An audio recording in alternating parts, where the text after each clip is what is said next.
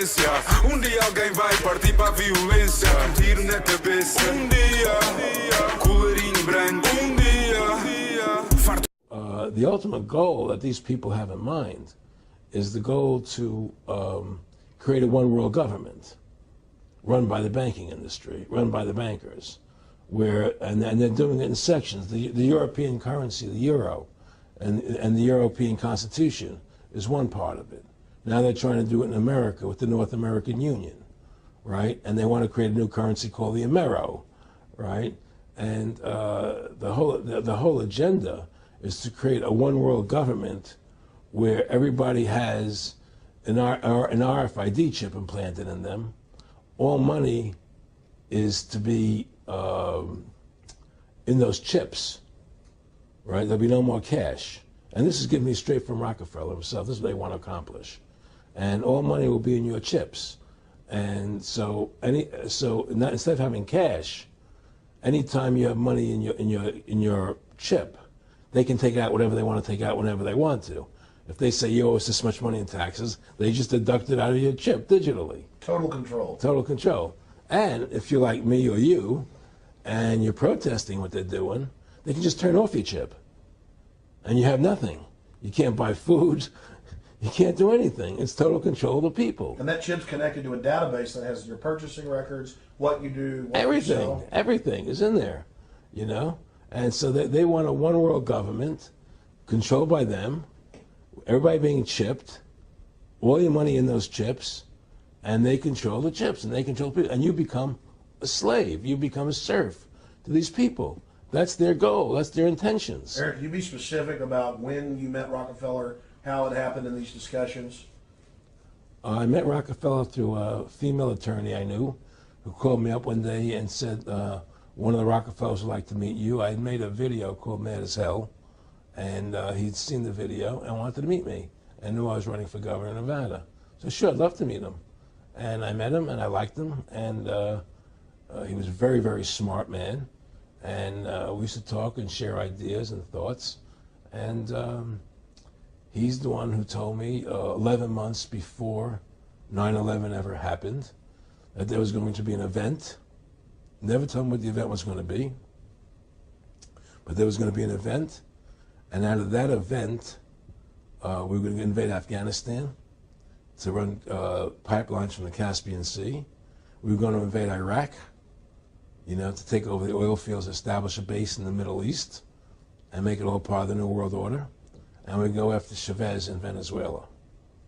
And sure enough, later, 9/11 happened. And I remember he was telling me how how you're going to see soldiers looking in caves for people in Afghanistan and Pakistan and all these places. And there's going to be this war on terror, which is no real enemy. And the whole thing is a giant hoax, you know, but it's a way for the government to take over the American people. He told you it was going to be a hoax. Oh, yeah. Oh, yeah. There's no question. He says, there's going to be war on terror. And he's just laughing. There's no, who are we fighting? I mean, why do you think 9/11 happened and then nothing's happened since then? Do you think that our security is so great here that these people who pulled off 9/11, who were able to, can't knock down another plane? Come on, it's ridiculous. 9/11 was done by people in our own government and our own banking system to perpetuate the fear of the American people into subordinating themselves to anything the government wants them to do. That's what it's about, and to create this war, this endless war on terror. And that's why and that was the first lie. And the next lie was going into Iraq, you know, to get Saddam Hussein out with his weapons of mass destruction. That was the next lie. Now, specifically, this was a little over 6 years ago. This was 11 months before 9/11. Yeah. And Nick Rockefeller, who's a lawyer, he's become your friend over the previous years, and he's saying to you that there's going to be this big event, and then out of that we're going to have a war on terror, and it's just going to go on and on. Right, an endless war on terror without any real enemy. That you can never, so you can never define a winner. And did he say that it's going to be perfect because you can't define an enemy? It just goes on and on? Yeah, because you can't define a winner. There's no one to beat, so it goes on and on forever. And they can do whatever they want. They scare the hell out of the American public. Look, this whole war on terror is a fraud. It's a farce. It's very difficult to say it out loud because people are intimidated against saying it. Because if you say it, they want to make you into a nutcase. But the truth has to come out. That's why I'm doing this interview. The fact of the matter happens to be that the whole war on terror is a fraud. It's a farce. Yeah, there's a war going on in Iraq because we invaded Iraq. And people over there fighting, But the war on terror, that's a joke, And until we discover what really happened on 9/11 and who was responsible for 9/11, because that's where the war on terror emanates from. That's where it comes from. It was 9/11 that allowed this war on terror to begin. And until we get to the bottom root of 9/11, the truth of 9/11, we'll never know about the war on terror.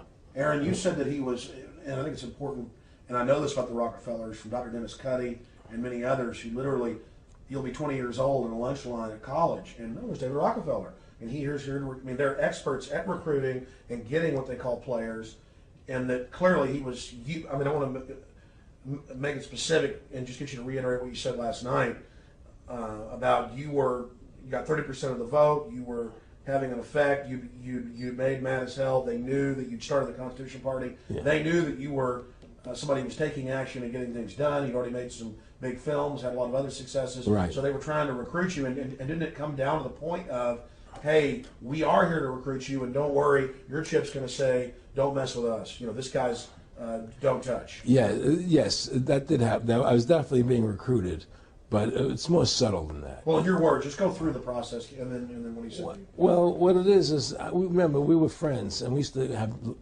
go to my house a lot. We'd have dinner, we'd talk, and he'd tell me about business investments I get involved in, or they would help me with this business investment or that business investment.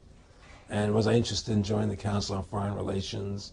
I would have to get a letter to join them, but was I interested in that? And, just stuff, leading you on. And I used to say to him that I never really did that because that wasn't where I was coming from. As much as I like you, Nick, your ways and my ways, we're on the opposite side of the fence. I don't believe in enslaving people,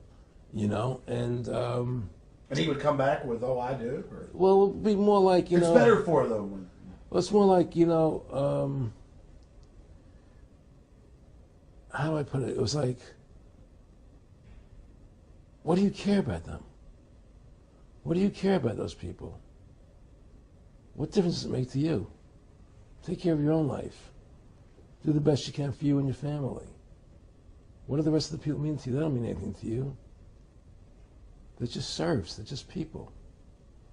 It was just a lack of caring, and that's just not who I was. It was just sort of like cold, it was just like cold, and I used to say to him, what's the point of all this? You have all the money in the world you need.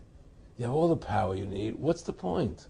What's the end goal? And he said the end goal is to get everybody chipped, to control the whole society. To have the bankers, the elite people, the bankers and some governor controlling the world.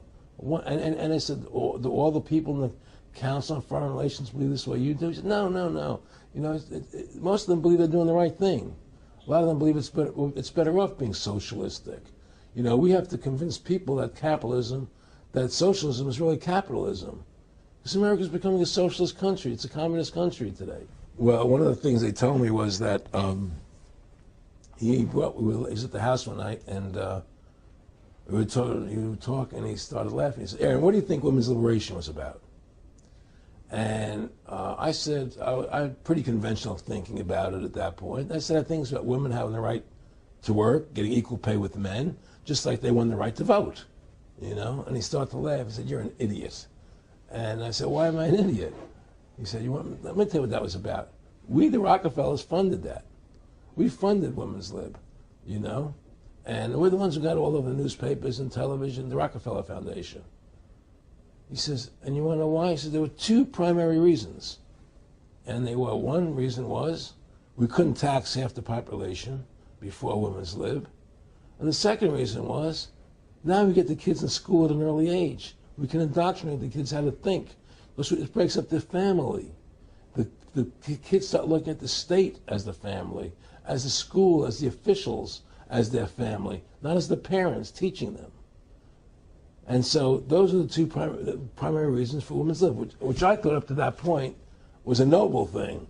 You know, when I saw their intentions behind it, where they were coming from when they created it, the thought of it, I saw the evil behind what I thought was a noble adventure.